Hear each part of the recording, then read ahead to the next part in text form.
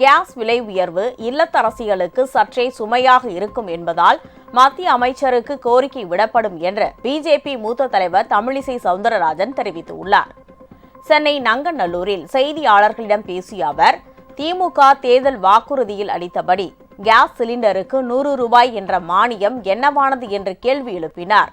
பிஜேபியை பொறுத்தவரை தமிழ்நாட்டில் வேகமாக வளர்ந்து வரும் கட்சி என்றும் 2026 தேர்தலில் பிஜேபி கூட்டணி ஆட்சி அமைக்கும் என்றும் தமிழிசை தெரிவித்தார்.